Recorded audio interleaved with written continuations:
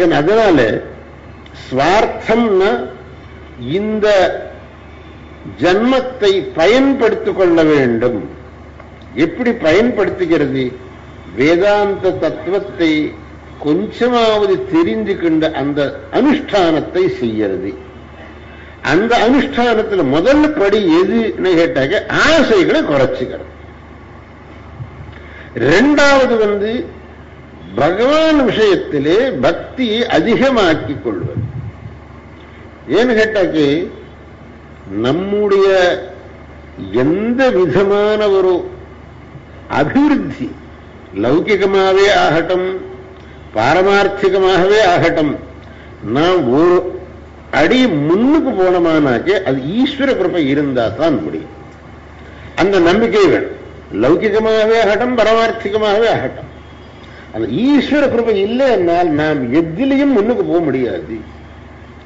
வெறும் என்னுடைய சாமர்த்தியத்தினாலேயே நான் முன்னுக்கு போவேன் அப்படின்னு நினைக்கிறது ரொம்ப அவிவேகம். ஈஸ்வர கிருபை இல்லாட்டி நீ ஒன்னும் பண்ண முடியாது. ரகுவம்சத்தில் திலீப மகாராஜா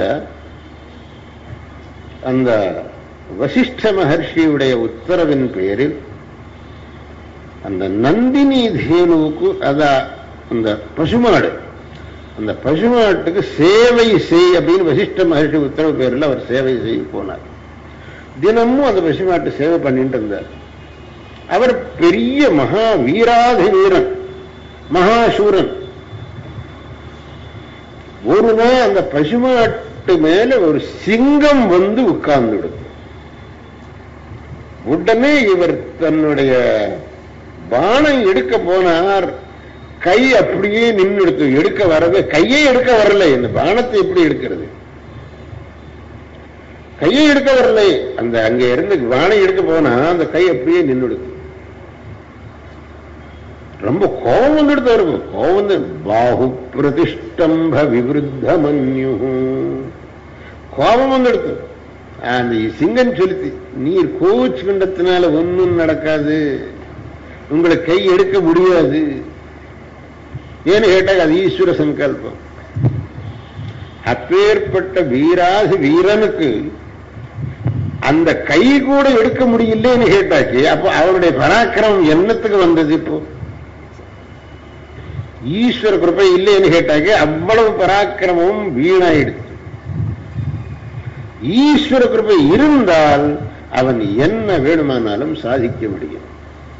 அதனால நாம் எந்த சமயத்திலையும் கூட ஈஸ்வரனை மறக்கக்கூடாது. அதனால முதல்ல ஆசைகளை குறைச்சிக்கணும்ங்கிறது ஒன்னும், ஈஸ்வர பக்தியை அதிகமாக்கிக்கணும்ங்கிறது ஒன்னும். அதே மாதிரி யார் விஷயத்திலையும் கூட மனசிலே ஒரு குரோதமோ துவேஷமோ இருக்கக்கூடாது. இந்த உலகத்திலே யாரையும் நாம் துவேஷிக்க வேண்டியதில்லை, யார் மேலையும் நாம் கோபித்துக் கொள்ள வேண்டியதில்லை. எல்லார் விஷயத்திலையும் பிரீத்தியார் அன்போட இருங்கோள், அது உங்களுக்கு ரொம்ப நல்லது அப்படின்னு பகவானே சொல்லியிருக்க. அத்வேஷ்டா சர்வபூதானாம் மைத்ர கருண ஏவச்ச அப்படின்னு சொல்லி